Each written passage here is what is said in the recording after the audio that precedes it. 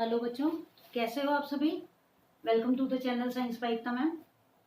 Class 10th exercise 8.1 को हम इन दिनों रेगुलरली सॉल्व कर रहे हैं। पिछली जो हमारी क्लास थी उसमें हमने ऑलमोस्ट क्वेश्चंस कंप्लीट कर लिए थे। 2 या 3 क्वेश्चंस और इस एक्सरसाइज के हमारे बाकी हैं, तो आज उनको कंप्लीट कर लेते हैं और एक्सरसाइज 8.1 को कंप्लीट कर देते हैं।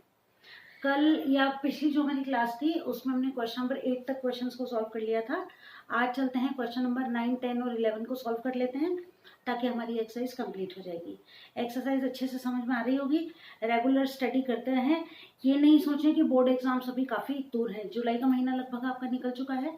अभी से कंटिन्यूस तैयारी करते रहें ताकि जब बोर्ड एग्जाम्स आए आपके तो किसी तरह की परेशानी ना हो। जो भी एक्सरसाइज समझ में नहीं आती है उसको बार बार क्लियर करते रहें, ठीक है। तो चलो आगे बढ़ते हैं और क्वेश्चन नंबर 9 को सॉल्व करते हैं। क्वेश्चन नंबर 9 क्या कह रहा है वो पढ़ते हैं पहले। क्वेश्चन नंबर 9 है in a triangle ABC right angle at B if 10a is equals to 1/√3 then find the values of. चलिए, तो राइट एंगल जो है वो बन रहा है कहाँ पर, बी पर। ये हो गया ए, बी और सी। आगे आपको वैल्यू दे रखी है 10a is equals to 1/√3, यानी कि ये तो हो गया आपका परपेंडिकुलर और ये हो गया आपका बेस, ठीक है ना। ये 1 हो गया और ये √3 हो गया। तो पहला काम तो हमें क्या करना पड़ेगा, पहला काम हमें करना पड़ेगा वैल्यू निकालनी पड़ेगी किसकी, हाइपोटेनियस की। चलिए, तो पहले हाइपोटेनियस की वैल्यू निकाल लें, यानी कि AC स्क्वायर हमको फाइंड आउट करना है। That will be equal to √3 का स्क्वायर प्लस 1 का स्क्वायर। √3 का स्क्वायर 3, 1 का square 1, that will be equal to 4। AC square है 4, तो AC बराबर हो जाएगा √4, यानी कि इसकी वैल्यू आ जाएगी 2।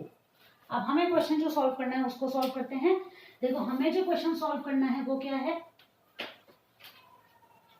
साइन ए कॉस सी प्लस, पहला question sign A cos C plus cos A sign C, cos A और साइन सी, ठीक है। अब देखो, साइन ए कॉस ए सब यहां से आ जाएगा। साइन सी कॉस सी के लिए क्या करना पड़ेगा, एक्यूट एंगल राइट एंगल के साथ चेंज करना पड़ेगा और वो क्या हो जाएगा, सी।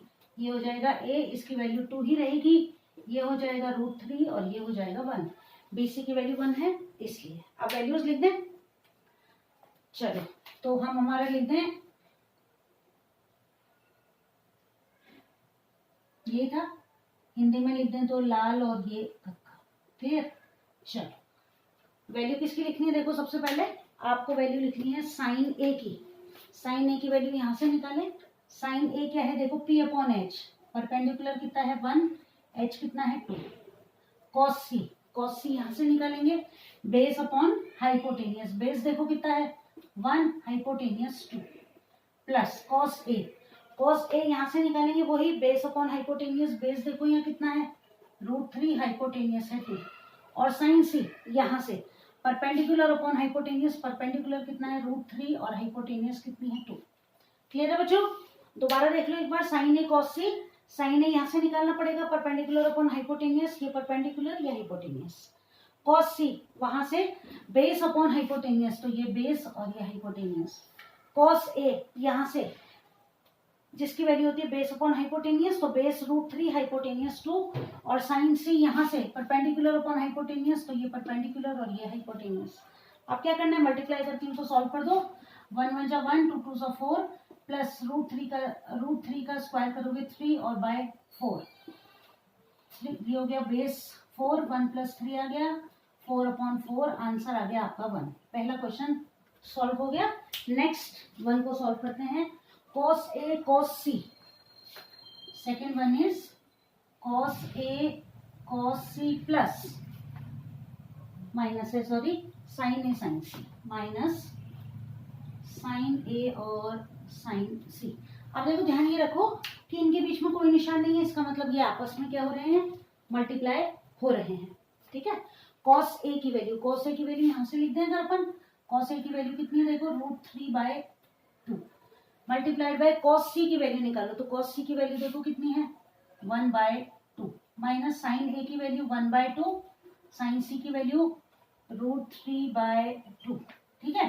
√3 को √3 से 1 से मल्टीप्लाई किया, √3, 2 2 4 माइनस यहाँ कितना हो गया √3 और 2 2 4 कैंसिल आउट हो रहे हैं, एक प्लस का है एक माइनस का है, कैंसिल हो जाएंगे, 1 - 1 that will be equal to 0। ये लो, ये हो गया हमारा question solve.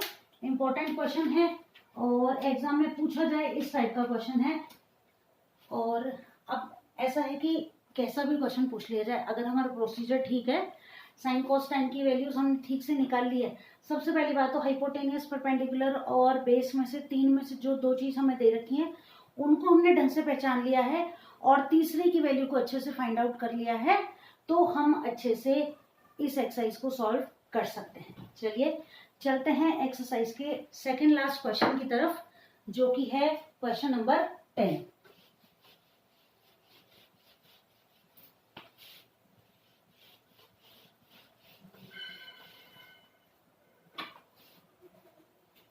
Question number 10, in triangle PQR right angle at Q। ये देखो क्वेश्चन नंबर 10, ये इस एक्सरसाइज का सबसे ज्यादा इंपॉर्टेंट क्वेश्चन। ठीक है, अब देखो राइट एंगल एट Q, यहां राइट एंगल है तो ये हो जाएगा P और ये हो जाएगा R। क्लियर? आगे देखो PR + QR is equals to 25, PR + QR equals to 25। आगे है determine the values of sin P, cos P and tan P। हमें वैल्यू निकालनी है sin P, cos P और tan P की। और क्या दिया हुआ है क्वेश्चन में, PQ is equals to 5 centimetre, ये 5 सेंटीमीटर है। अब यहाँ पर क्या दिक्कत है, देखो कि sin P, cos P, tan P तो हम निकाल लेंगे, लेकिन यहाँ दिक्कत ये है कि परपेंडिकुलर और बेस और हाइपोटेनियस में से तीन में से दो की जगह एक ही चीज हमारे पास अवेलेबल है, तो दूसरे बाकी दो को निकालना पड़ेगा। अब कैसे निकालें, देखो PR + QR दोनों मिला के कितने हैं 25। अगर मैं इसको x मान लूं तो ये क्या 25 - x नहीं हो जाएगा? सही है, देखो दोनों मिला के 25 थे, एक को मैंने x मान लिया तो दूसरे को 25 में से अगर इसको मैं लेस कर दूं तो दूसरा आ जाएगा ना मेरे पास। क्लियर है? अब देखो, अब हम फॉर्मूला लगाएंगे वही पाइथागोरस थ्योरम वाला कि हाइपोटेनियस का स्क्वायर यानी कि 25 - x का स्क्वायर जो है ये किसके बराबर है, ये बराबर है बेस स्क्वायर प्लस हाइपोटेनियस के स्क्वायर के। ठीक है, या अगर इजी वे में करना चाहो तो इसको x मान लो और इसको 25 - x कर लो और भी इजी हो जाएगा। ये x स्क्वायर हो जाएगा और ये हो जाएगा 25 - x का स्क्वायर प्लस 5 का स्क्वायर।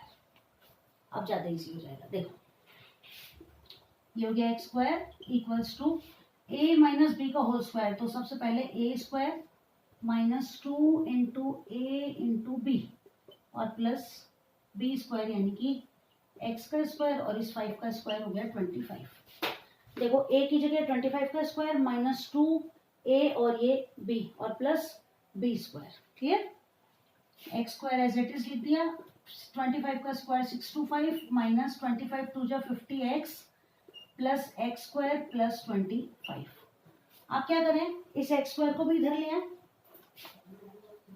अब देखो या x वाली एक तरफ लिख दें, बिना x वाली एक तरफ लिख देते हैं। ठीक है, तो x स्क्वायर ये माइनस के 50x इधर आएंगे, प्लस के 50x हो जाएंगे, x स्क्वायर प्लस के हैं यहाँ के माइनस के हो जाएंगे। 625 है यहाँ पर हमारे पास।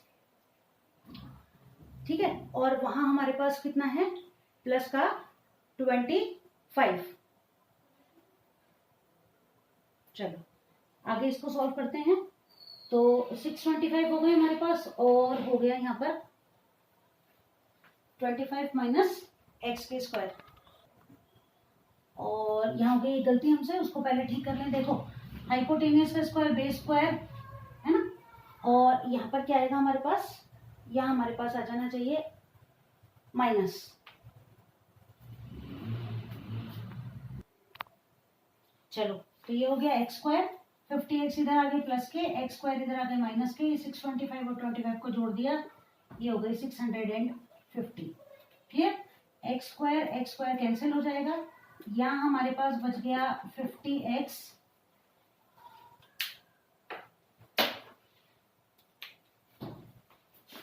ये हो गया 50x बराबर 650, x की वैल्यू आ गई 650 अपॉन 50, 0 से 0 कैंसिल, 5 से 65 को काट दिया, ये आ गया 13, यानी कि हाइपोटेनियस हमारा आ गया कितना 13, और परपेंडिकुलर कितना हो जाएगा 25 minus 13 that is equals to 12।